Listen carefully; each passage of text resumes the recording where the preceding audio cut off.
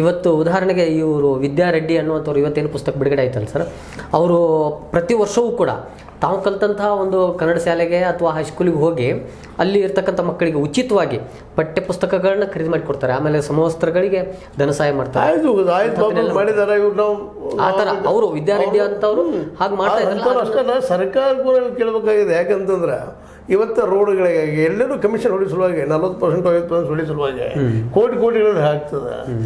ಇಲ್ಲೇ ವಿದ್ಯೆಗೆ ಒಂದು 15-20% ಯಾಕೆ ಇಡ್ತಾ ಇಲ್ಲ ಸರ್ಕಾರ ಅಂತ. ಅಷ್ಟಿಟ್ರೆ ಎಲ್ಲರಿಗೂ ಪೇಮೆಂಟು ಆಗ್ತದೆ. ಪ್ರತಿ ಹಳ್ಳಿಗೂ ಶಾಲೆಗಳು ಆಗ್ತವೆ. ಒಂದು ಹಳ್ಳಿ ನಡಕ್ಕೆ ಅಟ್ಲೀಸ್ಟ್ ಪ್ರೈಮರಿ, 4 ಹಳ್ಳಿ ನಡಕ್ಕೆ ಒಂದು ಮಾಧ್ಯಮಿಕ ಶಾಲೆ, ಒಂದು 8 ಹಳ್ಳಿ ನಡಕ್ಕೆ ಒಂದು ಅಂತ ಒಂದು ಹೋಬಳಿಗೆ ಒಂದು ಏನಪ್ಪ ಹೈಸ್ಕೂಲ್ PUC ಬಂತಪ್ಪ ಅಂದ್ರೆ ಎಲ್ಲರೂ ಶಿಕ್ಷಣ ಸಿಗ್ತದೆ.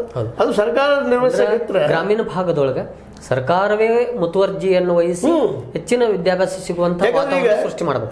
ಖಾಸಗಿ ಅವ್ರಿಗೆ ನಾವು ಕೇಳಿದ್ದು ಖಾಸಗಿ ಅವ್ರು ಪಾಪ ಮಾಡ್ತಾರೆ. ಮತ್ತೆ ಖಾಸಗಿ ಸ್ವಭಾವ ಇರ್ತದೆ. ಈಗ ನಮ್ದು ನಿಮ್ದು ಹೇಳೋ ನೀವು ಸಹಜ ಸ್ವಭಾವ.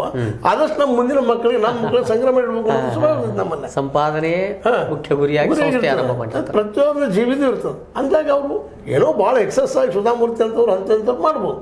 ಬಟ್ ಒಬ್ಬ ಸಾಮಾನ್ಯ ಮಿಡಲ್ ಕ್ಲಾಸ್ ಒಬ್ಬ ಅಧಿಕಾರದಿಂದ ನೌಕರಿ ಮಾಡುವಂಥ ಜನ ಭಾಳ ರೇರೆಸ್ಟ್ ಆಗ್ತಾರೆ.